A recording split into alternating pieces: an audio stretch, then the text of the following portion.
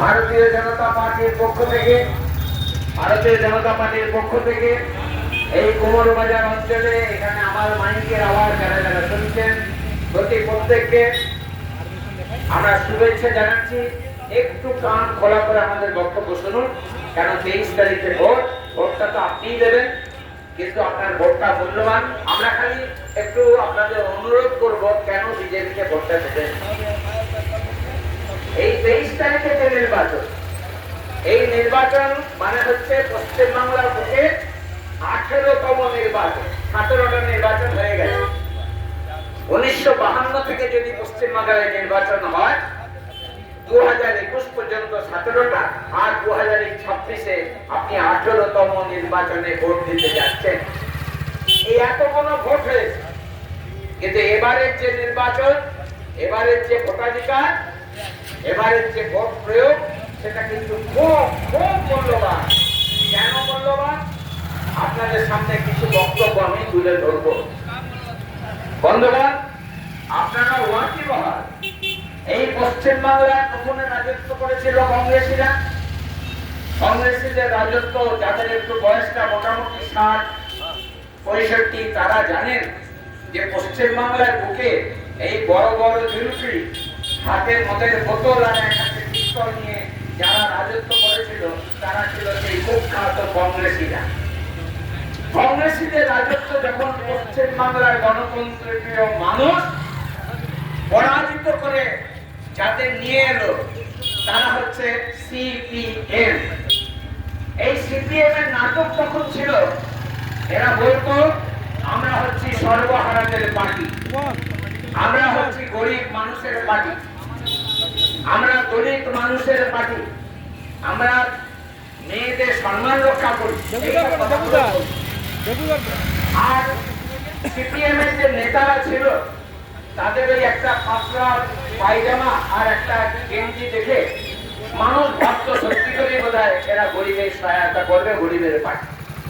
কিন্তু আমরা কি দেখলাম 1977-এ, আমি যদি ভুল কিছু বলি, এখানে যারা সিপিএম এর বোদ্ধা পুরুষ আছেন তারা আমার সঙ্গে তর্ক করতে পারেন, নথি আছে, সেই নথি আমি দেখাতে পারবো। আমরা কি দেখলাম 1977 সালে পশ্চিমবাংলায় বামফ্রন্ট আসীন হবার পর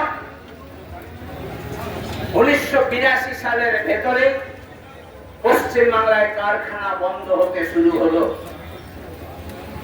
আমরা যারা রানীগঞ্জে থাকি, তারা কি দেখলাম, এইখানকার মানুষেরা কি করবে? রোজগার করবে। সবাই কথা লেখাপড়া করতে পারে না, সাধারণ খেটে খাওয়া সর্বহারা মানুষ, তারা যদি পেটের রোজগার, পেট চালানোর জন্য এই বেঙ্গল পেপার মিলে আর হচ্ছে কিনা বান্স কোম্পানিতে চাকরি যারা করতো, এই বান্সে 3,500 আর বেঙ্গল পেপার মিলে 8,500 লোক। এবার প্রথম প্রশ্নটা আমি করছি সিপিএম কে, যারা বলে যে আমরা গরিবের জন্য আমাদের পার্টিটা সর্বদা কাজ করে, গরিবদের সহায়তা করে, তো আপনার রোজগারটাকে যদি আমি বন্ধ করে দিই, তাহলে আমি গরিবদের সহায়তা করলাম? নিজেকে প্রশ্ন করব। আমি যদি এই দুটো কারখানা বন্ধ করে দিলাম, মানে 60,000 পেট বন্ধ হয়ে গেল। কিরকম করে? 8,000 লোক যদি কাজ করে, 5টা করে লোক যদি তার সংসারে থাকে, 40,000, আর এই বান্সের মানে 60,000 লোকের পেটের বাঁধিয়ে দিল যারা, তারা হচ্ছে সিপিএম। এই দুটো কারখানা নয়, ওরা ক্ষমতায় আসার পর পশ্চিমবাংলার ছোট বড় 50,000 কলকারখানা বন্ধ করে দিয়েছিল এই সিপিএম, যারা বলে আমরা হচ্ছে শ্রমিক দরদি। একবারও দেখতে যায় না ওই বেঙ্গল পেপার সেদিনে যারা কাজ চলে যাওয়ার পর রাস্তায় নেমে আসে, একবারও খবর নিতে যায় না ওই বেঙ্গল পেপারের মা বোনেরা যারা নিজের দেহকে এখানে বিক্রি করে সংসার চালিয়েছিল, তারা আজকে কেমন আছে। তাই বন্ধু, এই পশ্চিমবাংলার বুকে সিপিএম কে মানুষ ত্যাগ করেছে। আরো কয়েকটা কারণ আমরা জানাতে চাই। আপনারা বলবেন যে ওরা ফিরে আসলে নাকি আবার শান্তি ফিরে আসবে। কয়েকটা শান্তির ঘটনা বলি। 1982 সাল ছোট আঙ্গারিয়ার ঘটনা। কত বাজে মানুষ, কত নির্মম হতে পারে সিপিএম, তার একটা ঘটনা আমি বলি। এই ছোট আঙ্গারিয়াতে 3 করতো। সবাইকার গণতান্ত্রিক অধিকার আছে, তারা যে কোনো পার্টি করতে পারে, কিন্তু এই কংগ্রেসি করা তিনটে ছেলে সিপিএম ডেকে নিয়ে এসে তাদের হাত তাদের মায়েদের সামনে কেটে দেয়। শুনতে পাচ্ছেন? পারবেন না কি করে করতে? পারবেন এতটা নির্মম হতে? মায়ের সামনে ছেলেদের দুটো হাত কেটে দেওয়া হয়। তাদের অপরাধ কি? না, তাদের অপরাধ হচ্ছে তারা কংগ্রেসি করতো। আরো কি করেছে জানবেন? হাত কেটে দেওয়ার পর যখন সেই ছেলেটা বলছে আমরা তোমাদের মানি না, তখন তার মুখে জ্যান্ত কই মাছ ঢুকিয়ে মায়ের সামনে যে সেলাই করে দিয়েছিল, এই আজকের সিপিএম যারা বলে আমরা হচ্ছে কিনা শ্রমিক দল। আমরা আপনাদের এই লাল বাংলার লাল নেতা জ্যোতি বসুর কথা বলতে চাই। আপনারা খুব গর্ব করে বলেন না যে জ্যোতিবাবু মানেই হচ্ছে শান্তি, শৃঙ্খলা, প্রশাসনিক জয় জয় জয় জয়কার যার জন্য হয়েছিল। সেই পশ্চিম বাংলার বুকে মুখ্যমন্ত্রী জ্যোতি বসু কি করেছিলেন? তার নেতৃত্বে আমরা কি দেখেছি? মরিচ ঝাঁপ, মরিচ ঝাঁপিতে বাংলাদেশ থেকে আগত শরণার্থীরা যারা জাতে হিন্দু বাঙালি, তারা শরণ নিতে এসেছিল জ্যোতি বসুর কাছে যে দয়া করে আপনারা আমাদের বার করে দেবেন না, আমরা যদি চলে যাই ওখানে মুসলমানেরা আমাদের শেষ করে দেবে। একটার পর একটা ঘটনা ঘটছিল, নারী হিন্দু মেয়েদের ধরে ধরে ধর্ষণ করা হতো, বাংলাদেশে আজও হচ্ছে। কিন্তু সেদিন একটু প্রাণ বাঁচানোর জন্য ওরা ঢুকে কোথায়? আমাদের এই ভারতবর্ষে। কি করেছিল জানেন আপনাদের এই দরদি জ্যোতি বসু? তাদের খাবারে বিষ মিশিয়ে দেওয়া হয়েছিল জলে, যাতে তাড়াতাড়ি মারা যায়। তারা দুটি খাবার খেয়েছিল, নির্মম ভাবে জ্যোতি বসুর সরকার গুলি চালিয়েছিল, আর 1000 লোককে খুন করেছিল এই খুনি জ্যোতি বসু। আর আপনারা বলেন এই সিপিএম এর রাজত্ব যদি আবার ফিরে আসে, পশ্চিমবঙ্গের নাকি আবার প্রশাসনিক দেখা যাবে খুব সুন্দর একটা রাজত্ব হচ্ছে। আমরা রানীগঞ্জে ফিরে আসি। রানীগঞ্জে এখানে আপনারা জানেন বেনি মাধব দাস বলে একটা ছেলে ছিল, সেই ছেলেটি কংগ্রেসি করত। তাকে এইখানে আপনাদের নেতারা মন্ডলরা বলে দিচ্ছি নামটা, কোন মন্ডল সিপিএম এর নেতা ছিল, কোন পাল সিপিএম এর নেতা ছিল, কোন মজুমদার সিপিএম এর নেতা ছিল, এদের নেতৃত্বে সেই বেনি মাধব দাসকে রাস্তায় নির্মম ভাবে মারা হয়। মারতে মারতে তাকে ওই মন্ডল বাবুর কথায় ওই রেল লাইনের ধারে ফেলে দেওয়ার জন্য যখন নিয়ে যাচ্ছিল, তখন এই বেনি মাধব দাসের বউ ছিল অন্তঃসত্ত্বা, তার 6 মাসের বাচ্চা পেটেছিল। নির্মম শুনবেন কেমন নির্মম সিপিএম। ওই বাচ্চা পেটে নিয়ে তার বউ যখন এই মন্ডল বাবুর পায়ে ধরে বলছে যে দয়া করে আমার ছেলেকে, আমার স্বামীকে বাঁচিয়ে দিন, 1 লাখ তার পেটে মেরে দূরে সরিয়ে নিয়েছিল এই সিপিএম। দেবেন ভোট, নিয়ে আসবে সেই দিনের অন্ধকার, সেই দিনের হারমাতি শাসন এই পশ্চিম বাংলার বুকে। আজ বেনি মাধব দাসের স্ত্রী বেঁচে আছে, আজ বেনি মাধব দাসের সেই বাচ্চাটা যার পেটে লাভ খেয়েছিল সে বেঁচে আছে। দরকার হলে তাকে জিজ্ঞেস করে আসবেন এই ঘটনাটা ঘটে কিনা। বন্ধুগণ, এরপরে তারা যখন মহাশূন্যে চলে গেল, পাপ আর পারা কারুকে ছাড়ে না। চীনের কাস্তে হাতুড়ি, পাকিস্তানের তারা, এখনো কি বলতে হবে দেশের শত্রু তারা? এই সিপিএম যখন একটার উপর একটা অত্যাচার করে, আর কি করেছিল জানেন? এই কাটোয়ার একটা গ্রামে ওরা প্রথমে বললো যারা এখানে বিজেপি করো, যারা আরএসএস করো, তারা আমাদের কাছে এসে সারেন্ডার করো, নয়তো আমরা কিন্তু মারবো। গ্রামের লোকেরা বলতো না, আরএসএস এর লোককে তোমাদের হাতে তুলে দেবো না। ওই গ্রামটাতে যারা পেট্রোল দিয়ে আগুন লাগিয়ে দিয়েছিল, তারাই হচ্ছে আজকের এই সিপিএম। আরেকটা ঘটনা বলি, আনন্দ মার্গিরা যখন বিজন সেতুর ওপর দিয়ে যাচ্ছিল, একটা জায়গা রানী রাসমণির বিশাল জায়গা, সিপিএম এর জ্যোতি বসু চেয়েছিল এই জায়গাটাকে পার্টির নামে করে দিতে। আনন্দ মার্গিরা সেই জায়গাটা দখল নিতে চেয়েছিল রানী রাসমণির কথা মতো। কি করলো বলুন তো?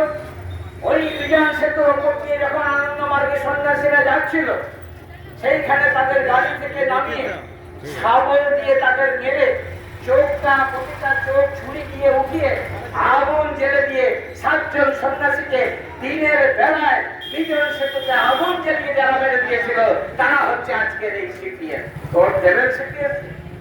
আজকে লজ্জা লাগে না? ভোটের জন্য এসেছে আমাদের ফিরিয়ে নিয়ে এসো। তোমাকে 34টা বছর দেওয়া হয়েছে, তোমরা পশ্চিমবাংলার মানুষের সঙ্গে বিশ্বাসঘাতকতা করেছো। ভোট দেওয়ার পর তাদের যে দাবি, সে দাবিকে তোমরা মেনে নাওনি, সফল হতে দাওনি। তারপরে 15টা বছর আমরা কি দেখলাম? আপনারা নিয়ে এলেন দিদির সরকার। এর কথা যত না বলা যাবে তত ভালো।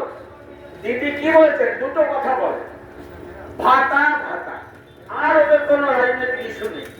দুটো কথা বলে, একটা লক্ষ্মী ভান্ডার আর একটা বেকারদের আমি দেবো। কেন বেকারদের জন্য টাকা দেবেন? বেকাররা তার মা বাবা জানে না তার কত কষ্ট করে একটা ছেলেকে লেখাপড়া শেখাতে হয়। আপনার ঘরের ছেলে যদি শিক্ষিত হয়, তাকে 1200, 1300, 1400 টাকা দিয়ে হয়ে গেল তো আপনার দায়িত্ব শেষ। আমরা কি দেখলাম? আমাদের এই শিক্ষিত ছেলেরা, তাদের হাতে যদি ওই 1500 টাকা তুলে দেওয়া হয়, আর 40 বছর পরে তারা চাকরি পাবে না, তাদের ভবিষ্যৎকে কেরম ভাবে ধ্বংস করে দেওয়া হচ্ছে। তাই বন্ধু, এই নির্বাচনে টিএমসি কে চোখ জবাব দিতে হবে। এই শিক্ষাটা শেষ করে দেওয়ার জন্য, শিক্ষিত বেকারদের হাতে চাকরি না দেওয়ার জন্য। আমরা পশ্চিমবাংলায় যে প্রশাসন দেখলাম, সেই প্রশাসনে আমরা কি দেখি? এই প্রশাসনে আমরা কি দেখলাম? এই পশ্চিমবাংলার মেয়েরা সুরক্ষিত আছে? আপনারা বলুন, যারা টিএমসি করে, এখান থেকে অনেক ঠান্ডা হয়ে গেছে, টিএমসি কে ভোট দিন, টিএমসি কে ভোট দিন। কেন না? আমাদের 1500 টাকা লক্ষ্মী ভান্ডার, ওর বাপের পয়সা দিচ্ছে বাঙালিয়া, ওর বাপের পয়সা একবার চালু হয়ে গেলে বন্ধ করা যায় না। ওইসব ভয় খাবেন না। এখানে সিপিএম আমার লোকের ঘরে ঘরে ভয় দেখে বেড়াচ্ছে যে যারা নাকি রেলের জায়গায় আছে তাদের নাকি উঠিয়ে দেবে, না দিকে নয়। তোমরা কি করে বাঁচাবে বাবা? তোমরা তো মহাশূন্য।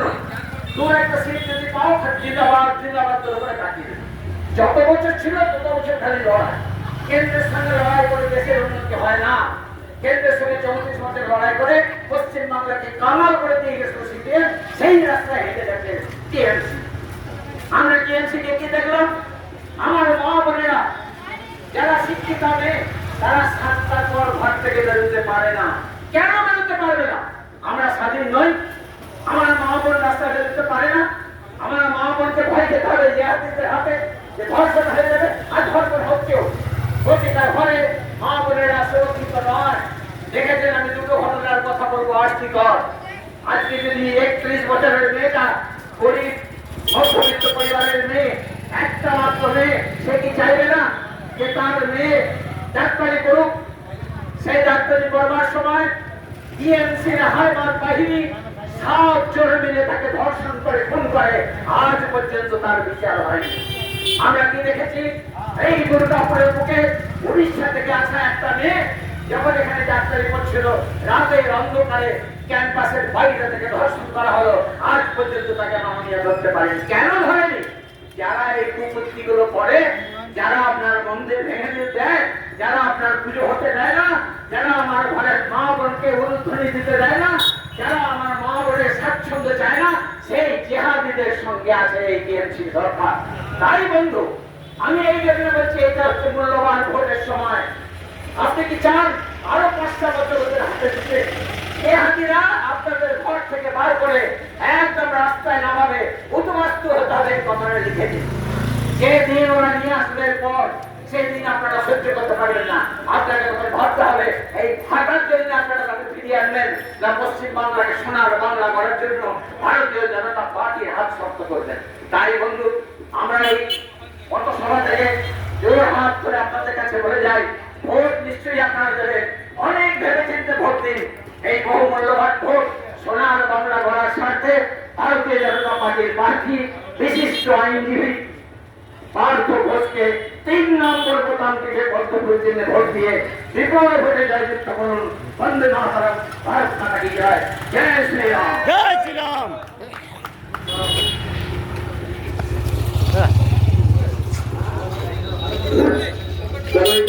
অভিনন্দন। আজকে আমাদের মন্ডলের পক্ষ থেকে যে পথসভার আয়োজন করা হয়েছিল, এই পথসভা এখানে সমাপ্ত ঘোষণা করা হলো। ভিডিও করে